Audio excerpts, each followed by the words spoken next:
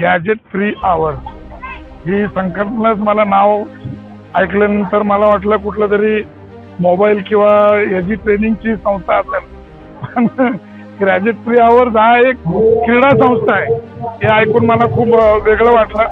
त्यांची मी कन्सेप्ट समजून घेतली की हल्लीचे मुले जे गॅजेटकडे आकर्षित झाले, मोबाईलवरच सगळे गेम खेळतात, त्यांना त्याच्यातनं बाहेर काढून आपले मैदानी खेळमध्ये जोडण्याचा एक संकल्प या संस्थेने घेतली.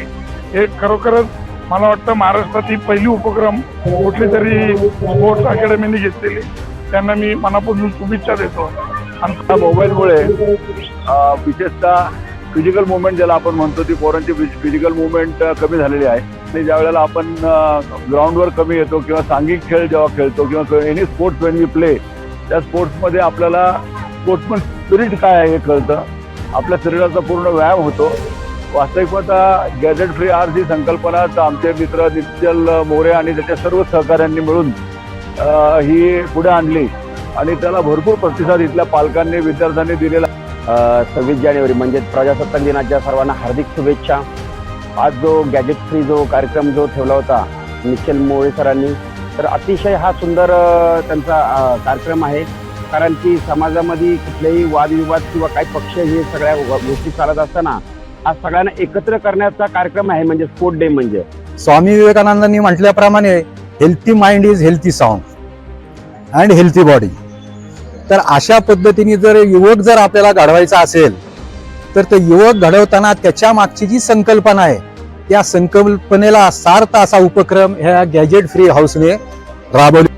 गॅजेट फ्री आवर्स ही संकल्पना निश्चलजी असतील, संतुकरनगरची पूर्ण टीम असेल, ही गेले 4 वर्ष 5 वर्ष त्यांचं आहे. हे ज्या पद्धतीने मुलांना ग्राउंडची सवय बिलकुल राहिली नाहीये, सगळी मुलं मोबाईलवर सगळे गॅजेटवर आहेत. तर मी खरंच माझ्या म्हणजे भारतीय जनता पार्टी युवा मोर्चातर्फे खरंच मी गॅजेट फ्री आवर्सचे आभार मानतो की आज युवकांना घडवण्यासाठी हा बेस लहान मुलांचा तयार करणं खूप गरजेचं आहे. असंच यांच्या हातनं भविष्यात हे त्यांनी जे वृक्ष लावले याचा वटवृक्ष नक्कीच होईल अशी मी अपेक्षा व्यक्त करतो आणि थांबतो. धन्यवाद. जय हिंद, जय महाराष्ट्र.